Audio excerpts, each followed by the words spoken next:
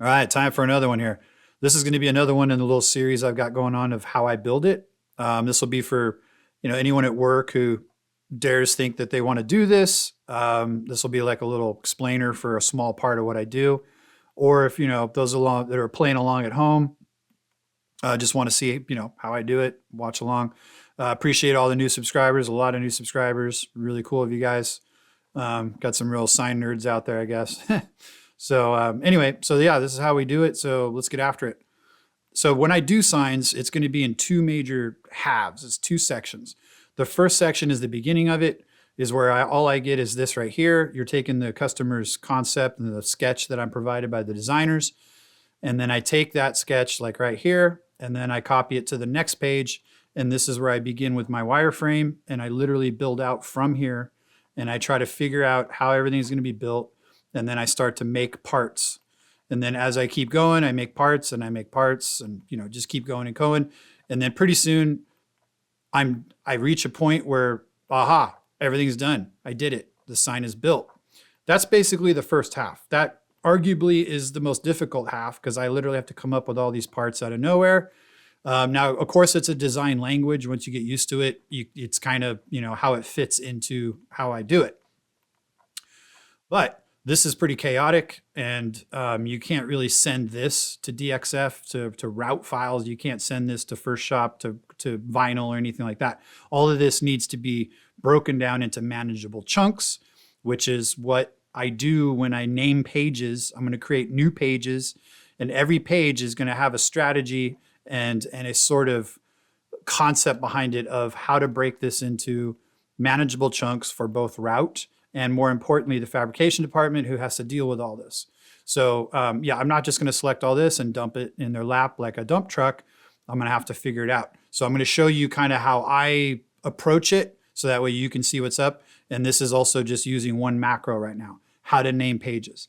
So what you're going to do is hit your go time here.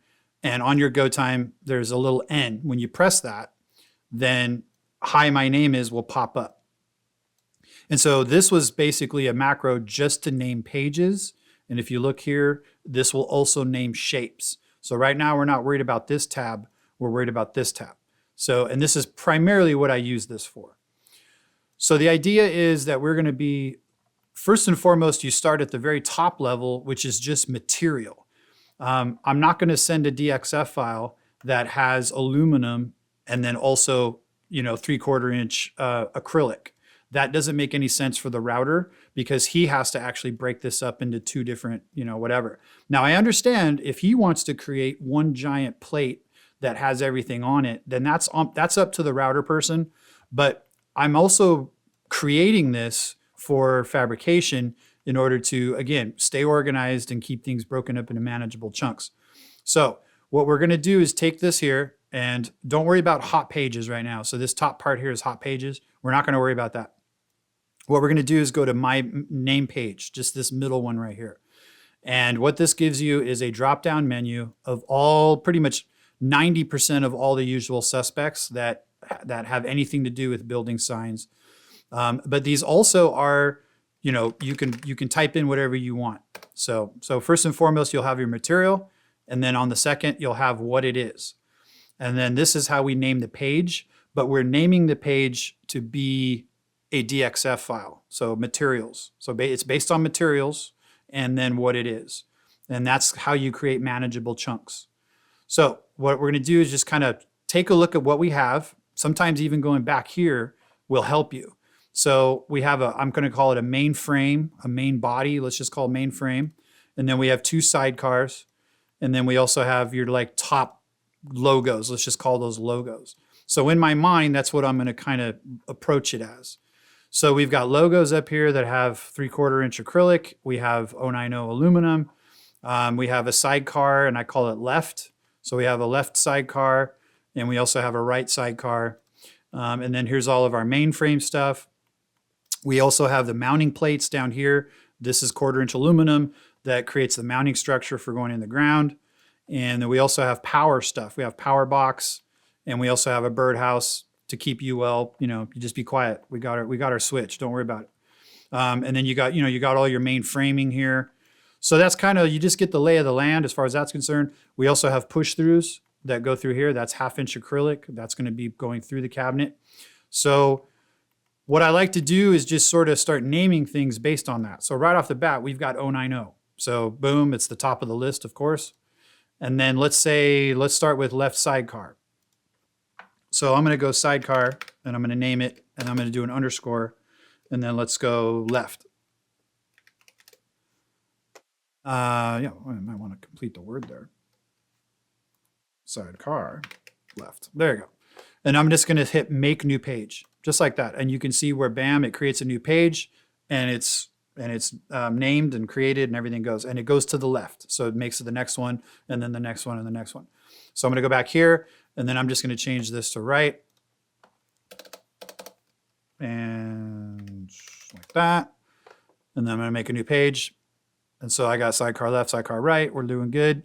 Now I'm just going to go from the kind of work the main thing here. I'm just going to do a main frame. Now, again, we don't want to be putting too much stuff on one page because eventually these pages are not only going to be DXF files, but they're going to be printed on tabloid paper, 11 by 17, and fabrication will be using it to inventory parts as they come off. Now, it doesn't do any good to create a giant page like this to where parts are so small that you won't be able to see it on the printed page. So that's also part of the strategy of breaking this into smaller chunks. So literally when they print this, it will be big enough to see the parts. Otherwise, if it's like out here, you literally can't tell what parts are. And when they go to inventory and put check marks by things, it doesn't do any good to have a printed page this small. So that's also part of the strategy of what to name your page and how to break up your DXF files. So I think the main cabinet though, because you have this here and you have this here, I think the main cabinet will all work to be on one page. So we'll just go main frame and make new page. And then let's say we got power. So we can put the birdhouse and the power together. So we're going to keep it 090. See, we haven't changed this yet. So leave that. And now I'm going to go power, PWR. And then let's just say power parts. That's it. And I'm going to make a new page. Now keep in mind that you only get 32 characters total for a page name. So you need to be sort of cryptic and keep it short. So again, just kind of keep that in mind. Now we got main frame here. But we have what seems like a lot of jigs. We have some custom jigs here. We've got all of these jigs here. Sometimes it's advantageous to break the jigs out into their own page. And again, if you find once you start to break these parts out that you want to change it around, you can always create more pages or eliminate a page. It's up to you. This is sort of like roughing in, 80%. So I think I will just let's do main and we'll do jiggies. It'll make it easier. That way it's just a page for jiggies and I'll make a new page. There you go. So now I got main jiggies, I got power parts, I got main frame, I got sidecar right. So you see down here. Okay. So now we're kind of handling the 090. We're working our way through. We've got power. We've got the jigs handled. What about these logos? So let's just call it 090 and we've got logos and let's do all because there's a left and a right, but let's just do all. So we'll make that, and that'll take care of this. I like to work through the metal first, and then after the metal comes the polymerics, the plastics, the polycarbonates, and all that. So right now we got main frame, we got this frame here, we've got our logos handled, and we've got our sidecars handled, so we're working our way through. And also this helps you stay organized, so you don't miss anything. Even though I do miss, you guys call me on it, it's great, appreciate that sometimes, that's the problem with being, part human is you do make errors. So now we've got this mounting thing down here. So let's talk about 1/4 inch plate, 1/4 inch aluminum. So now what I do is I take my thing here and I'm just going to drag this down to 125 AL or just 25 AL. That's 1/4 aluminum. And I'm just going to do mount plate. Now you can see I have already some of these loaded. And if you want to use mount plate, go ahead and make new page. So it's auto completed. So I have some of these. I have frame parts, frame pieces, body parts, jig parts. So without having to type anything, it's right here. Because I'm in open warfare on my keyboard. So we have 1/4" mount plate. Now, I do have a little side 1/4" plate. Don't forget these two little nuggets. These nuggets are actually what hold this up. I want to make sure that this doesn't get forgotten. Now, do I need to create one whole thing just for this? I have these mount plates, but this isn't going to be very much. So what I'm going to do is I'm going to go to the page. This is how you can edit. So see where it says here, I have 1/4" aluminum mount plate, and I'm going to go ahead and do a W width. And then let's just say, what do we want to call those? Hangers. So I'm going to try hangers, but now you can see where this name is getting a little long. So if I hit name current page, it's going to rename this. Ooh, I made it. So 25AL mount plate with hangers fits. Otherwise, if I went too long, what it'll do is it's going to pop up. Oh, look at that. I still have plenty. There it is. So now I've triggered. So if you put way too many characters, it's going to come up and because I have it counted. Then if you hit OK, it'll say, do you want it to trim? So I have a little macro thing that will trim it so you can see, let's see how many we get away with. So you can get away with hangers, DDDEE. So only this much. So we get rid of that. That's how much you can get away with on a name. So that's quite a bit. So anyway, so we don't need to do that. So that was just a little experiment there for you. So 25 mount plates, name current page, boom. So you can see where it renames it. So now we're good. So that takes care of, so that's also showing where sometimes you can combine. So like down here is all of our 1/4" mounting plate stuff, right? And then over here, we have these two little hanger pieces, but these are 1/4 as well. But again, I don't want to make just a whole separate page just for those. I'll go ahead and combine those in 1/4", saves a little time. But you don't want to get too confusing. If I had 3 or 4 of these or 5 different things, then I would make a page for hangers, and then I would make a page for bracket. Keep them separate. You got to keep them separated. Otherwise, but like I say, 2 of these little guys, I'm going to go ahead and have them tag along with these guys, and that's it. So I got my jigs. Now, we have skins, right? Don't forget skins over here. So now I have skins for the sidecars, and I have skins for this sidecar over here. And then I also have the skins for the main cabinet. Sometimes if there's too much going on with frame, I might take the skins from this little cabinet and combine it with over here with this guy. But this isn't very much. So I think I can do all of the sidecar, right, aluminum on this page. And then I can do all the sidecar on this page. And then I could do just the main cabinet skins by itself. So that's what I'm going to do. So I'm going to go over here. I'm going to bounce back to 090. And then I'm going to go to, let's just call it skins. And just for fun, I like to put little Z's. Why not have some fun? Skins, and I'm just going to go main like that. Make a new page.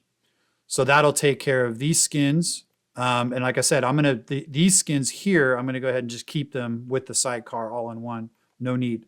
But sometimes when there's a lot of skins going on, but there's also a lot of framing, I'll keep it light and I'll just combine skins all on one page.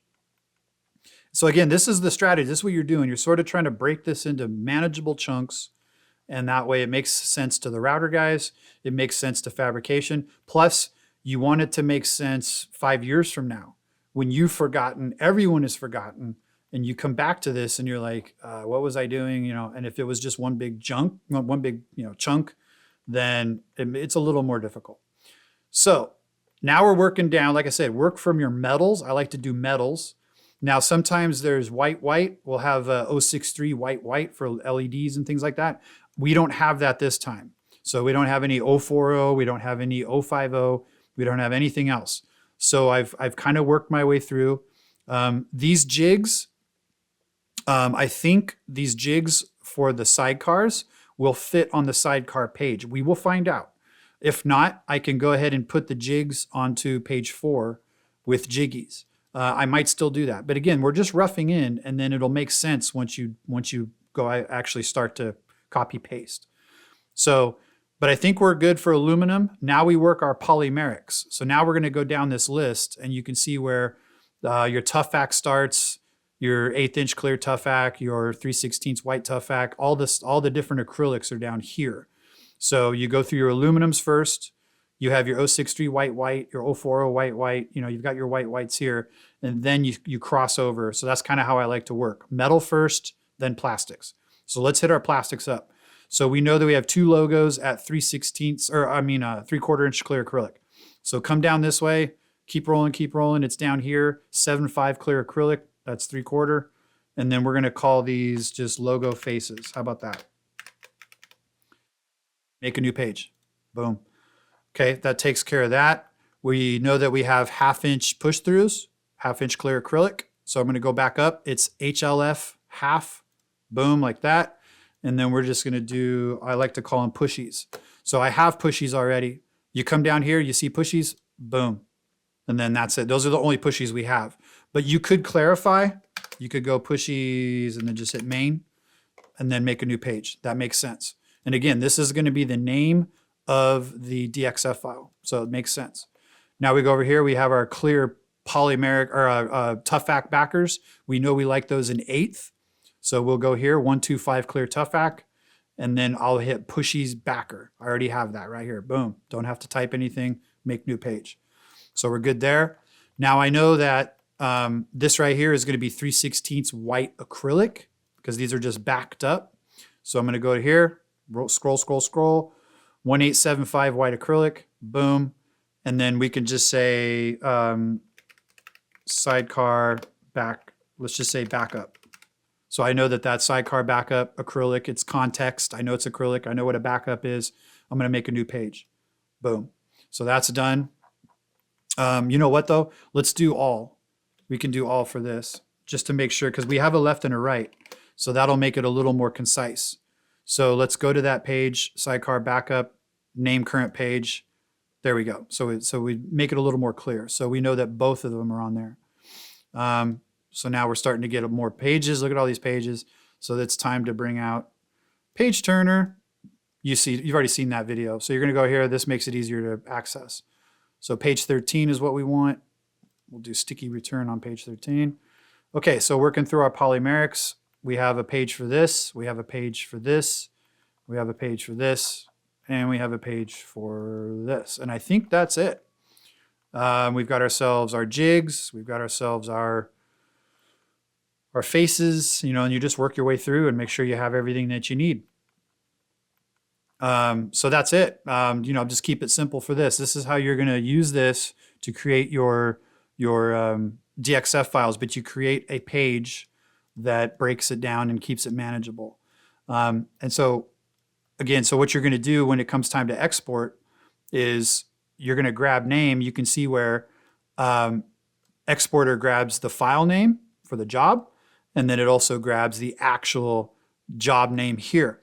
But when it comes time to export, let's say the 1/4 inch mount plate with hangers, when I hit select, you'll see that, let's